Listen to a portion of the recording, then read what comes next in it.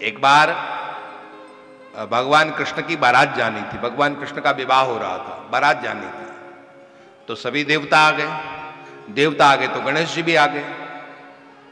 अब बारात जा रही है तो देवता लोग थोड़े बड़े चतुर होते हैं, उन्होंने सोचा कि कितनी सुंदर बारात जा रही है, इस बारात में गणेश जी अच्छे नहीं लगेंगे, कितने बड़े तो इनके कान हैं, कितनी बड़ी इनकी सूंड है, ये हमारे बीच में ये विचित्र से लगेंगे। अब इनको रोका कैसे जाए, कौन मना करे इनको।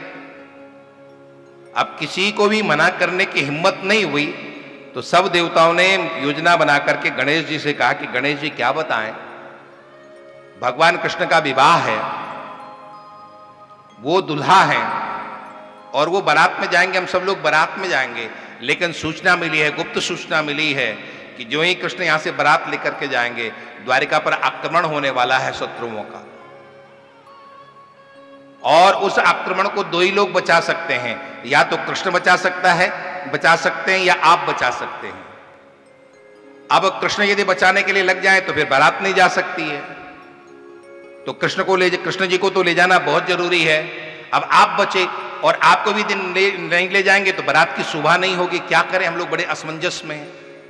तो गणेश जी बोले बाले, गणेश जी ने कहा कोई बात नहीं, मैं यहीं रह जाता हूं, मैं द्वारिका की रक्षा करता हूं और आप लोग जाओ, आप लोग आराम से बारात में लौट करके आओ, कोई बात नहीं, मैं यहां तक आ गया पर्याप्त है।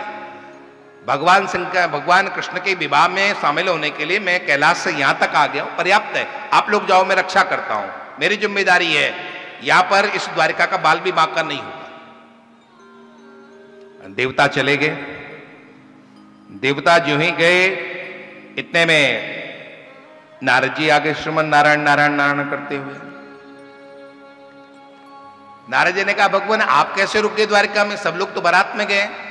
तो गणेश जी ने कहा मुझे द्वारिका की रक्षा की जिम्मेदारी सौंपी गई है, द्वारिका पर आक्रमण होने वाला है, इसलिए सबने मिलकर के मुझे ये जिम्मेदारी सौंपी, मैं यहां पर रहूंगा। नारद जी ने कहा नहीं, आपको पागल बनाया गया है, आपको बारात में आप थोड़े से अटपटे लगोगे, बारात की शोभा बिगड़ेगी, इसलिए आपको वहां नहीं ले जाया जा रहा है। सुनते ही गणेश जी का पारा चढ़ा, अच्छा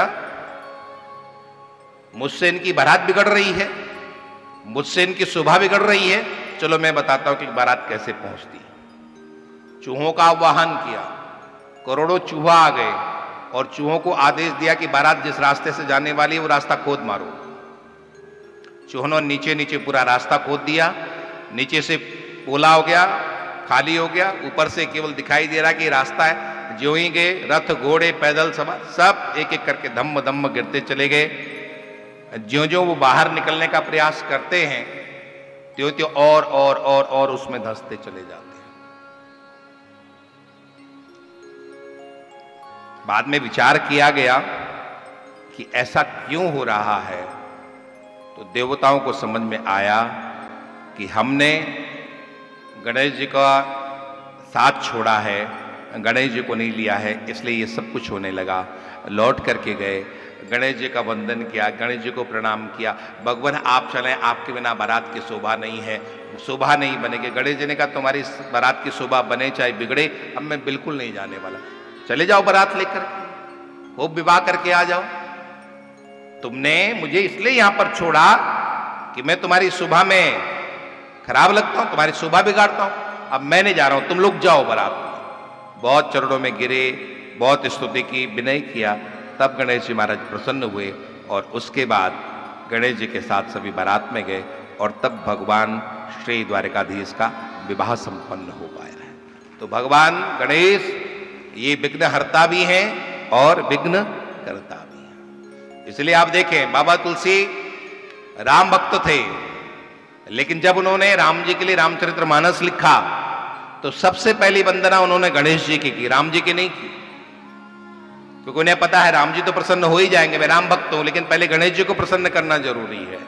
इसलिए उन्होंने लिखा वर्णानाम अर्थ संघानाम रसानाम छंदसामपि मंगलानाम च कर्तारो वंदे वाणी विनायको, वंदे वाणी विनायको। दोहे भी लिखना जब शुरू किया तो वहां पर भी सबसे पहले गणेश जी का वंदन किया। जेहि सुमिरत सिद्ध होय, गणनायक करिवर बदन, करहु अनुग्रह सोय, बुद्धि राशि शुभ गुण सदन। राम भक्त होते हुए भी सबसे पहले किसका वंदन किया? गणेश जी का वंदन। जेहि सुमिरत सिद्धि होय, गणनायक करिवर बदन, करहु अनुग्रह सोय, बुद्धि राशि शुभ गुण सदन।